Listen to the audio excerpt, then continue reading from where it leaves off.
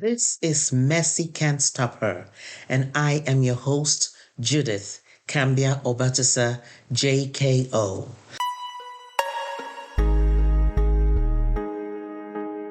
Welcome to this episode of Messi Can't Stop Her. Today we have Neema Black, NB for short.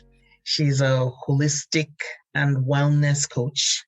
She's also a yoga enthusiast. And she's the founder of the 90 days plant-based healthy eating plan. Am I correct? It's called 90 Days to Wellness Plant-Based Eating Program. So on Messi Can't Stop Her, we have conversations that help us as women learn how we can achieve those dreams that burn in us, despite the messy situations in our lives. We're discussing with women who have come through messy situations and they've been able to achieve something they wanted to achieve, even though life wasn't perfect. So today, I'm very happy to have you here, Neema. Thank you so much. Thank you so much for having me, Judith. I really appreciate you. The first question I'm going to ask, because Messi can't stop her. We want to talk about the mess that we're in before we talk about the things that we're able to do. So can you give us a little bit about your background? One of the things that we all have in common is that we have all gone through something and that we are still going through something. So even though we might overcome certain challenges that feel so significant in the time that we're going through them, it doesn't mean like, whoo, I'm done with that. So therefore, no more challenges ever. So just a little bit about me. I'm a native Californian. I'm a multi-passionate, creative person. And I am a wife, a mother. I have been a longtime vegan. And so that has come with its own challenges. But career-wise, the majority of my career has been spent with human resources.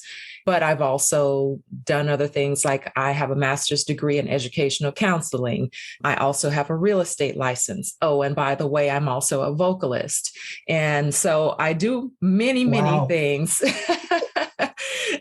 But I would say in terms of a challenge recently, or the most recent one in my career that caused me to have a big pivot and was life altering, was when actually it kind of started in 2017. And it was kind of like a 2-year journey where I had been being groomed to be the head of the department when my immediate supervisor retired. And we worked closely hand in hand. We set many systems in place. I was in human resources management. So, I did a lot with training leaders and supervisors and just being really involved in multiple areas of human resources. And I was darn good at it. In my mind, I had the expectation that I was going to keep growing in that area, even though I always had these other interests. And really, being the creative person that I am, I would say that having a day job was something that I did because I needed to support my son. And it wasn't necessarily something that when I was younger, I was like, this is my dream and this is what I want to do. And, so like many people, we go to school for one thing and then we end up working in a different field and what have you. And so, I fell into it and I was thriving and, respected among my peers and in the organization and what have you. And as spirit would have it, some office politics interceded. And so instead of me getting the position that I had been preparing for and that pretty much everyone expected me to go into, the universe had other plans for me. I didn't necessarily take it well initially because the person who ended up coming in and being over me was someone that did not have the experience or the knowledge And not only that, but also the people skills. So it's one thing if, someone comes in and they respect you and they want to make an ally of you, and they want to utilize the knowledge that you have and use it in a way that is best for everyone, right? Mm-hmm. It's another thing when someone comes in, and the whole energy of the politics that had happened prior to that was about a spirit of competition rather than camaraderie, which was something that was new energy, because prior to that, the energy that we had and the team dynamic was that we were very collaborative, very cooperative, et cetera. So all this was happening. And at the same time, that year in 2017, we had 3 deaths in my family. So I was going through a lot emotionally in my personal life as well as my professional life. And so the whole energy just changed. I feel like we all have agency in our lives. And so I did not see myself as a victim. And so I started looking for other positions when I saw that things were not getting better, because I gave it time. I'm like, okay, well, this is new. Let me see how it's going to work out. But the vibe just was not, it was not resonating with me. And it was so adversarial. So anyway, I started applying for positions. I was even getting recruited for positions, and nothing was coming through. And I was like, I have got to get out of here. And it was to the point where I was so stressed, and I was like telling my husband, like, I got to get out of here. And then he would be like, just, everything's going to work out, and, have faith and all that. And I felt like that he wasn't supporting me, or he wasn't feeling me. Like, this is horrible. And then, long story short, through all of that discomfort, I had remained involved with doing wellness with my job, which was something that was one of the fun parts of my job. And so I ended up doing an event, and it was so successful, and I had so much fun doing it that I was like, what if I write myself a job description, because I know how to do that. And I would love to do this all the time. And so I presented this job description to my former supervisor. The program was expanding, and he ended up presenting it, up the channels of where it needed to go. And so this is in 2019. So I ended up getting out of that department, going back and working with my former supervisor, who I had a great working relationship with, who respected me, who supported me, who allowed me the autonomy that I needed to thrive, because that's how I function well, not being micromanaged, but by allowing me to be creative and all of that. And then also something else that was really, really important that started in 2019 in the summer was that a dear sister friend of mine started a gratitude practice. And she invited me and some other people to begin that with her. And so every day on Facebook, we would post at least 3 things that we were grateful for. Once I started this gratitude practice, I had decided, like, okay, I know that eventually things are going to get better for me, and I'm going to just make the best of this time. And when I shifted my mindset, that's when, in October of 2019, I actually officially went into the new position. And I've been doing that ever since. I love it. It's in alignment because my passion is health and wellness. So every day, all day long, my focus is on helping people to get healthier. My focus every day is creative ways to engage people in practicing self-love, practicing self-care, movement, a whole holistic way of being, and including the gratitude practice. And so that is something that I have been doing, and that I'm on the other side of now. So that is so good. This is so this story is so full of juice. I'm just excited. I have 2 questions, and that's how how excited I am. So the first one is about your being involved in wellness. Mm-hmm. What made you get into that in your life? That's the first question I want to ask. And then the idea of the job description. So which one would you like to answer first? So I'll talk about the wellness part because it's been a part of my life, really.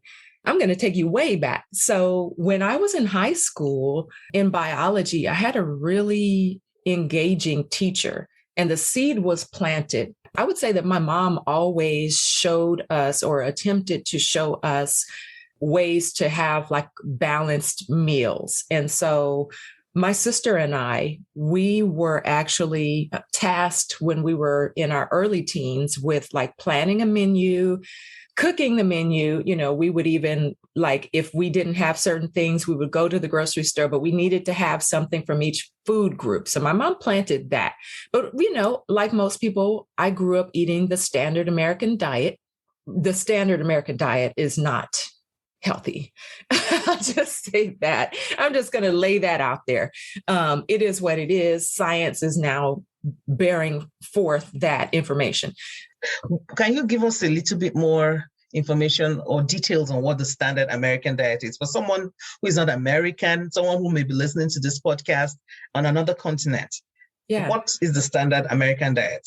So the standard American diet is a lot of processed foods. It's meat heavy, starch heavy. So you've probably heard the phrase before, meat and potatoes, right? Like Yes. That's a lot of the focus on a lot of plates. If you ever have gone to a barbecue or like the holidays, being surrounded with food, it's so much about meats and, you know, starchy foods. And then the vegetable might be like a garnish, or it might be like a very small portion of the meal. And it's a lot of heavy fat, sugar, you know, sugar, salt, fat. That's like a big part of the flavor profile. And so again, it's not like balanced. And then also a lot of overeating is involved with it, and a lot of artificial colors, artificial flavors, preservatives. Now, a lot of it is about convenience. So, for example, frozen meals or things that you can just get off the shelf that have like an almost indefinite shelf life and things like that. So a lot of that has to do with the standard American diet, as well as like fast food, you know, cheap fast food that is not very nutritious. Okay. Yeah. You know, meat, dairy, starch, heavy fat, gluten, all of those kinds of things. And then soda, fast, you know, soft drinks. Yes. So I'm getting, you know what I mean? Yeah, we got the idea.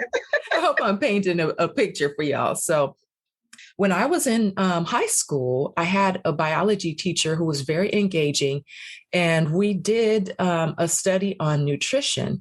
And he showed us all of these artificial ingredients in and preservatives in the foods, and what it did with the body. And so I was like really fascinated. And so at that point, I had made the decision that I was not going to eat red meat or pork anymore.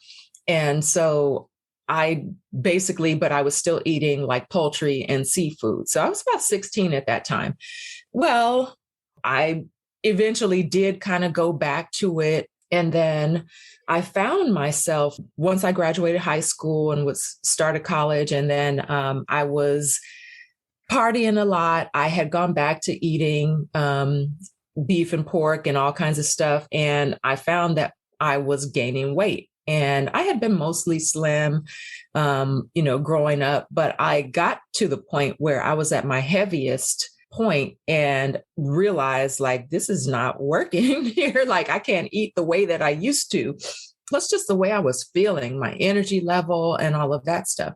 And so I knew I needed a change. And sometimes the universe sends people to us when we need something, when we put something out into the universe. And so anyhow, I met someone who taught me about raw vegan diet. And Mm. I was like, what?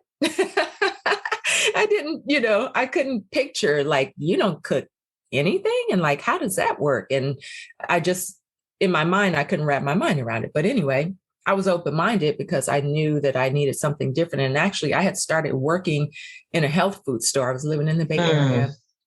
And so I was experimenting with trying different things, but I was not losing the weight. And so anyhow, like I said, I met this person and then I started learning about raw vegan eating.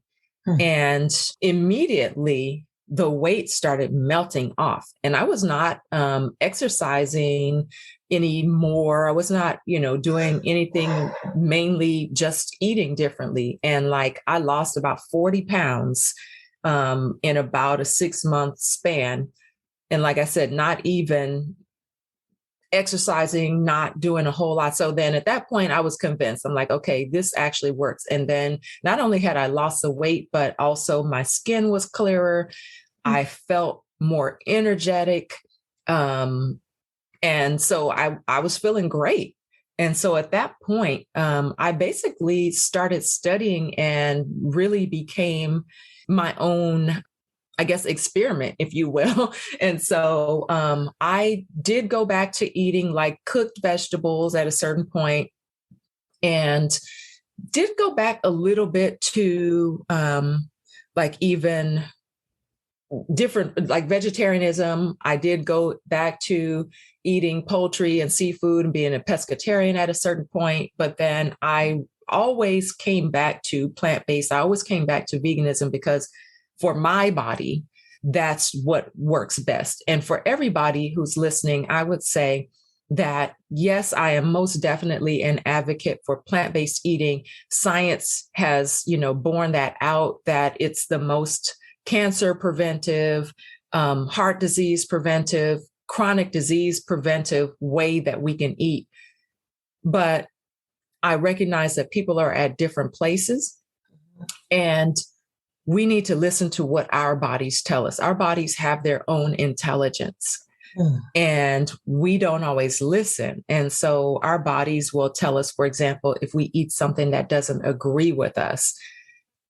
And sometimes our first inclination is, well, let me go to the doctor because every time I eat this thing, I get a stomach ache.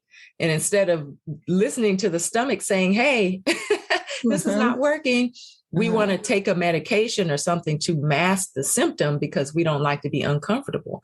But that discomfort is a signal to us. Pay attention.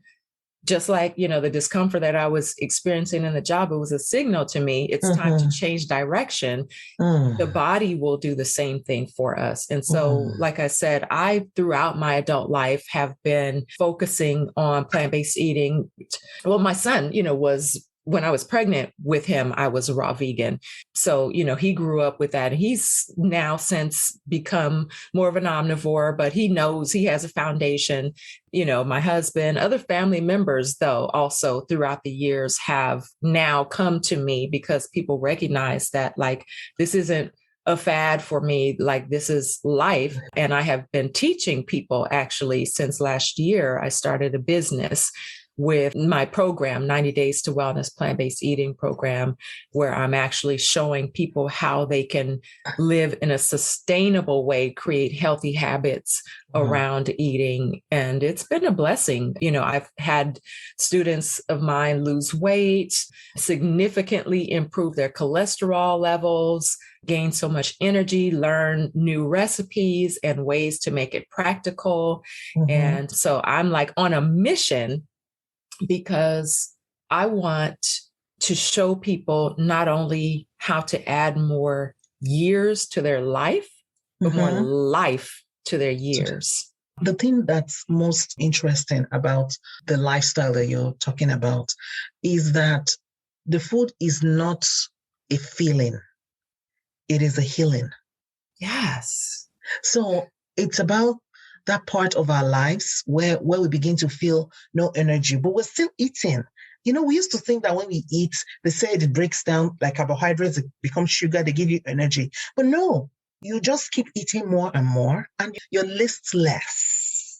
So what you're telling us now is that this can change. I mean, when I hear the word vegan, I'm always scared. Because most of the people I've met that say they're vegan, their skin is so awful, they look so dry. But you're the first one I've met that looks good. Oh my God. So whatever you're doing is working well. You raise a very interesting point, and I want to dispel the myth right now. Okay.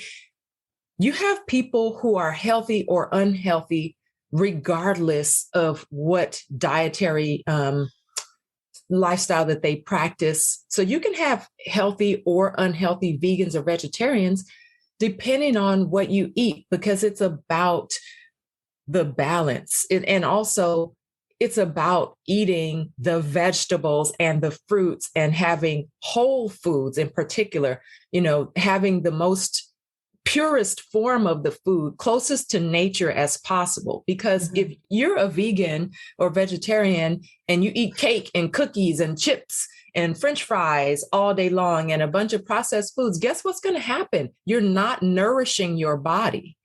The reason why my skin looks the way it does. And by the way, I'm going to be 55 on my birthday in December.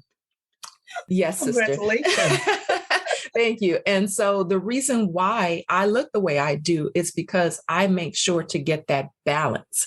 I make sure that I'm nourishing myself. And not only that, both what I put in my mouth, but also what I put on my skin. And so if you're using products that have a bunch of artificial ingredients in them, that's going into your bloodstream as well. But it's all about making sure that we're getting enough nourishment, because that's what the body needs. And I love that you mentioned about, food for healing, because you've probably heard the phrase before, let thy food be thy medicine. But also, one of the things that drives me is the fact that the Bible even tells us, these bodies are temples, and I see us as spirits having a human experience. And so we don't know how long we're going to be on this planet. And we have a duty to take care of these bodies, because these bodies are gifts. They are magnificent creations that carry our spirits around in. And I'm reminded of a phrase by Sammy Davis Jr. I don't know if y'all know who he is. He was just this incredible, multi-talented performer. And he said, if I had known I was going to live this long, I would have taken much better care of myself. And so we have to have long-term vision. I know this past year with the pandemic and everything has made us really kind of like take a pause, really, and look at everything that we've been doing and the routines and all of the repetition in a different way. The same thing when it comes to these bodies. Sometimes it's hard. We have a vision or we think about the future. And so as we think about, well, what kind of life do I anticipate for myself? If I do have a long life, what do I want that to feel like? What do I want that to look like? Do I want to be on a bunch of medications? Do I want to have a bunch of chronic disease? Do I want to have the complications that come from diabetes, like loss of eyesight or needing to have limbs amputated or all these other chronic issues? Or what if right now, through my lifestyle choices, if I can prevent myself from needing a doctor to tell me that if you don't do something differently, that you're going to shorten your life or you're going to die. If we can do that through our lifestyle choices voluntarily right now, why not start?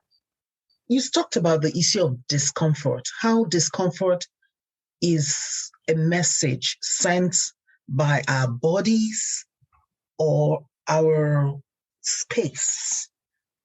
How about the fact that maybe we need to take a second look at either something we're doing or something around us. So this thing you've described about the lifestyle choices, for some women who are in very difficult situations, they are not able to make those right. They have difficulty, not that they're not able to make those choices.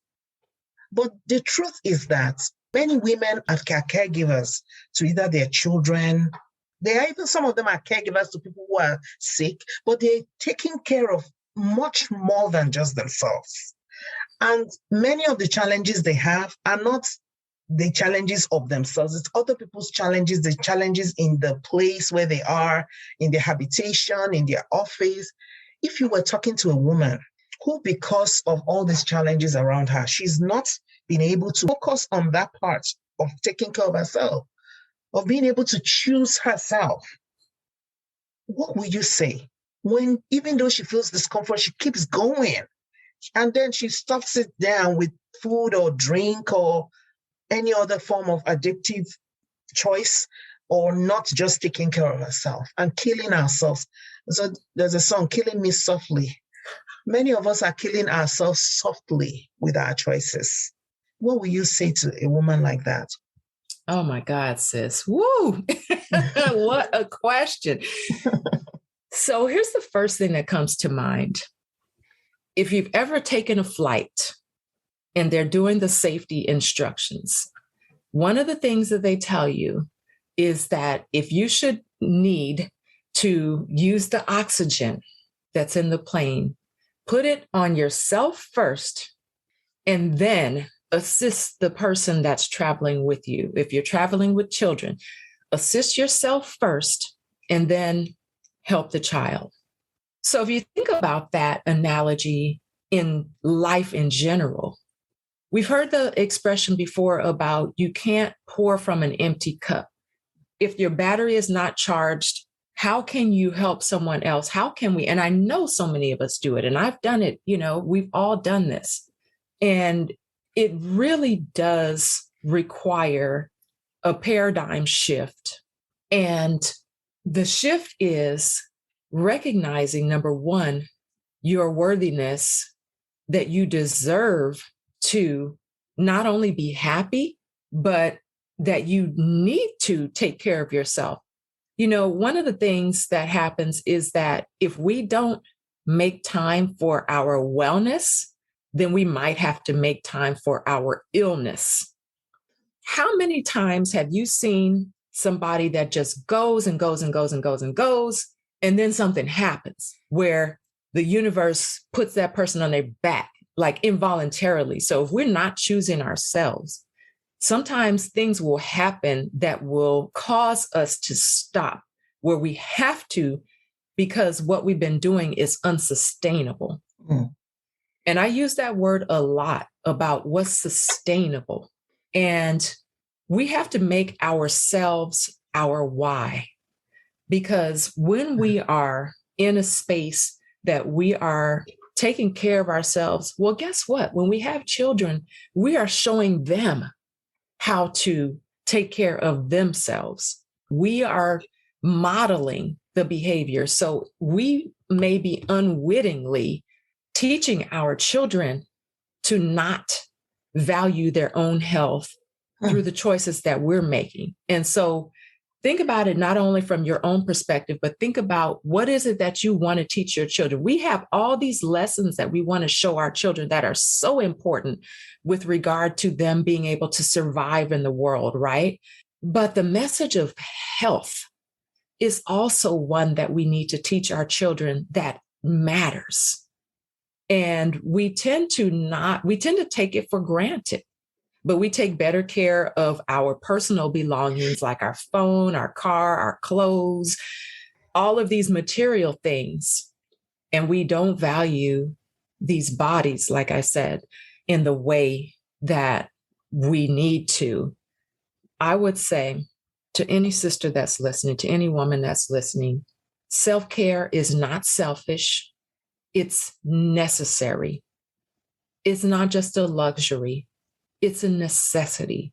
Sometimes people tend to think of self-care as frilly things and, oh, it's a spa day and it's candles and baths. And don't get me wrong, all of that is beautiful. But sometimes self-care is using no in your vocabulary. Sometimes self-care is recognizing what you actually have the capacity to do and having healthy boundaries with people. Sometimes that's self-care. It's a lot. But when it comes to food and diet, again, it's about what legacy, what long-term lessons are we teaching our children? And then what lessons might they be teaching their children in the future? People have a tendency to think that being healthy is burdensome. Let me tell you, I have fun. It's actually, and especially if we shift our mind around, like that's what I was saying about that paradigm shift. If we shift our mind to this can actually be fun. I can be a beginner. We can explore this together. Hey, let's try some recipes. Get your children involved with you in the kitchen so that they have buy-in. If you're making stuff together, then they feel a part of the experience. Even if you just take a baby step, like for example, having a meatless Monday. Let's say you just decide one day out of the week that you're going to eat healthy. I'm saying quote unquote healthy. One day out of the week, meatless, or one day out of the week, we're going to commit to fasting even, or, not having fast food or avoiding sugar or, et cetera. There's so many ways to approach it. And that's actually one of the things that I teach in my program, because we talk about our relationship with food too. We talk about the connections that we have, because so much of our life experience, like I mentioned earlier in our conversation, is around food, whether it's our holidays, when we gather with people, oftentimes we bond over food. I love when you talked about baby steps, because change can be quite overwhelming. And I know what it's like to be overwhelmed by life. Like your personal life is chaotic.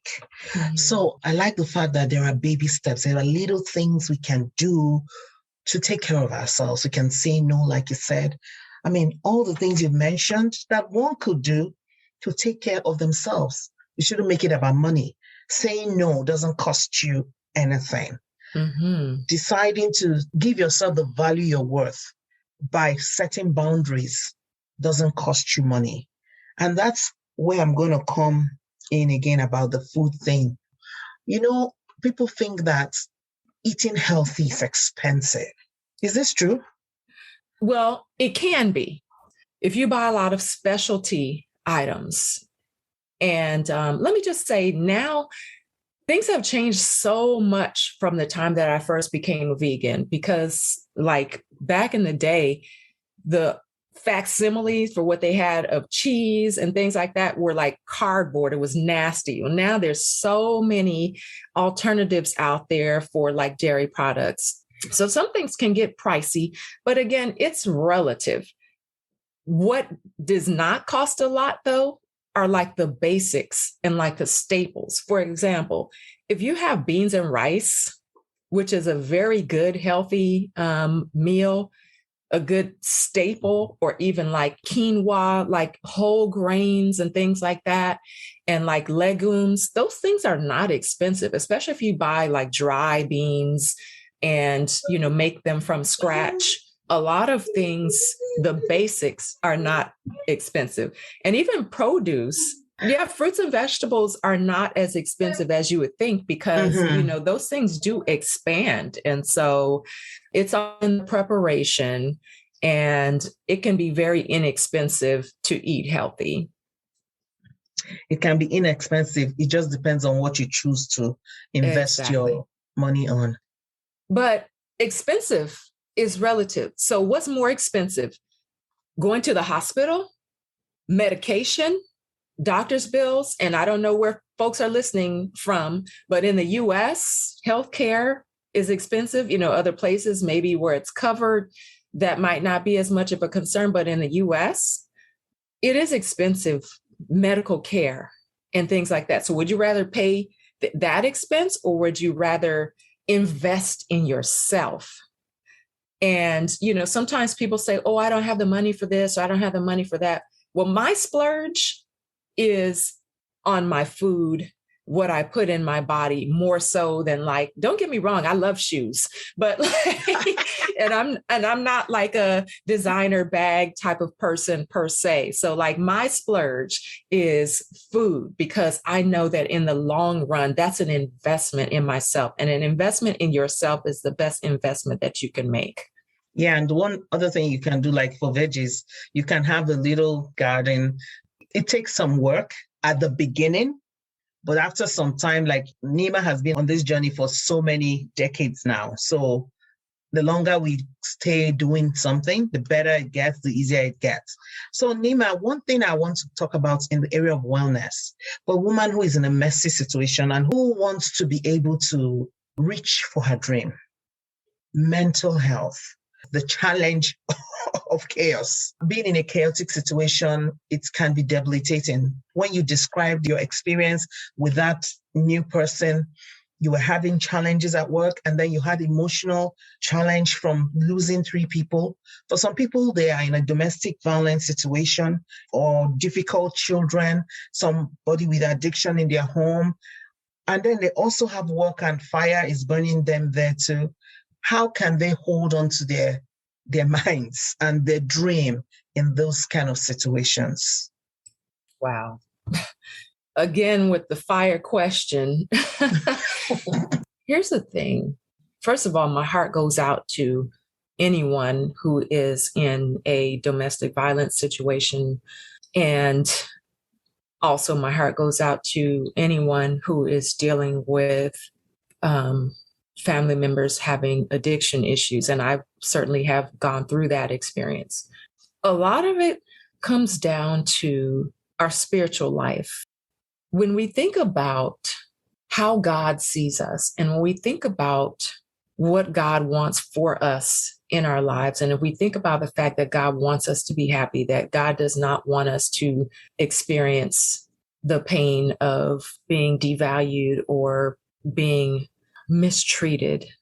And if we think about the fact that we absolutely do get to co-create this life, we do have agency. We have to make a decision. And every single one of us has to decide at some point that we want something better for ourselves. That's when it comes down to what is our why? What do you want out of life? And when you know why it's important for you to do something different, whether it's getting your children out of that situation, having your children not seeing you being treated that way, for example, or if it's in a work situation, recognizing your own value, your own worth, and thinking about what you do want to have happen. I would say that's one place to start. Doing things that help us to fortify our own sense of self-love and our own sense of self-worth. That's some deep work, and it's ongoing. Recently, I was listening to a podcast episode with Jay Shetty, and he was talking to Mel Robbins. And she was talking about this habit of giving yourself a high five and recognizing your wins. You know, sometimes we don't give ourselves enough credit. And when we don't do that, we don't allow our own sense of self-esteem to build. And so just doing something very small. And then when you see yourself in the mirror, and it might feel weird to do it, but giving yourself a high five when you pass by, you don't even have to say anything, but just acknowledging yourself for making it through another day, acknowledging yourself for getting out of bed and just keeping on, not giving up. That can be enough just to start a different type of momentum. But I would also say, seek help.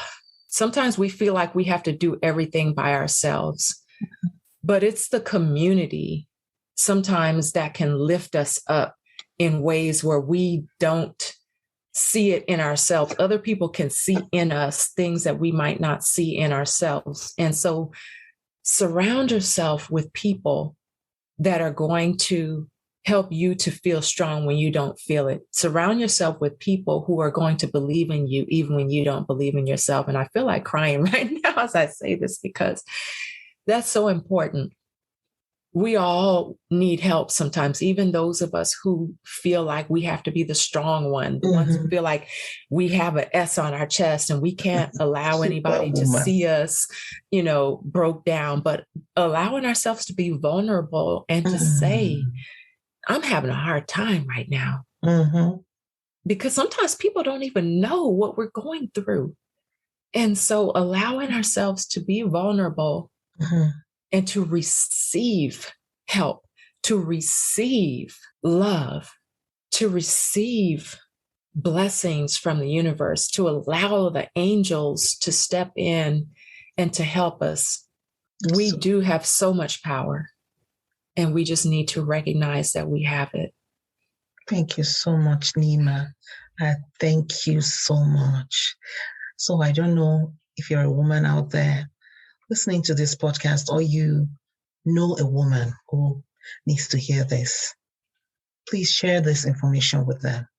I must tell you that sometimes sharing your challenges may not always be pleasant, because you may share with someone and the person kind of treats you badly. But don't stop until you find the one that will stand by you. Like Neema rightly said, community. Even the Bible says that two are better than one. And the Bible says he sets the lonely in family. So you can be part, our community is our family. The friend that is there that you can call at any time to cry on their shoulder, whether virtually or in person, that person is your family.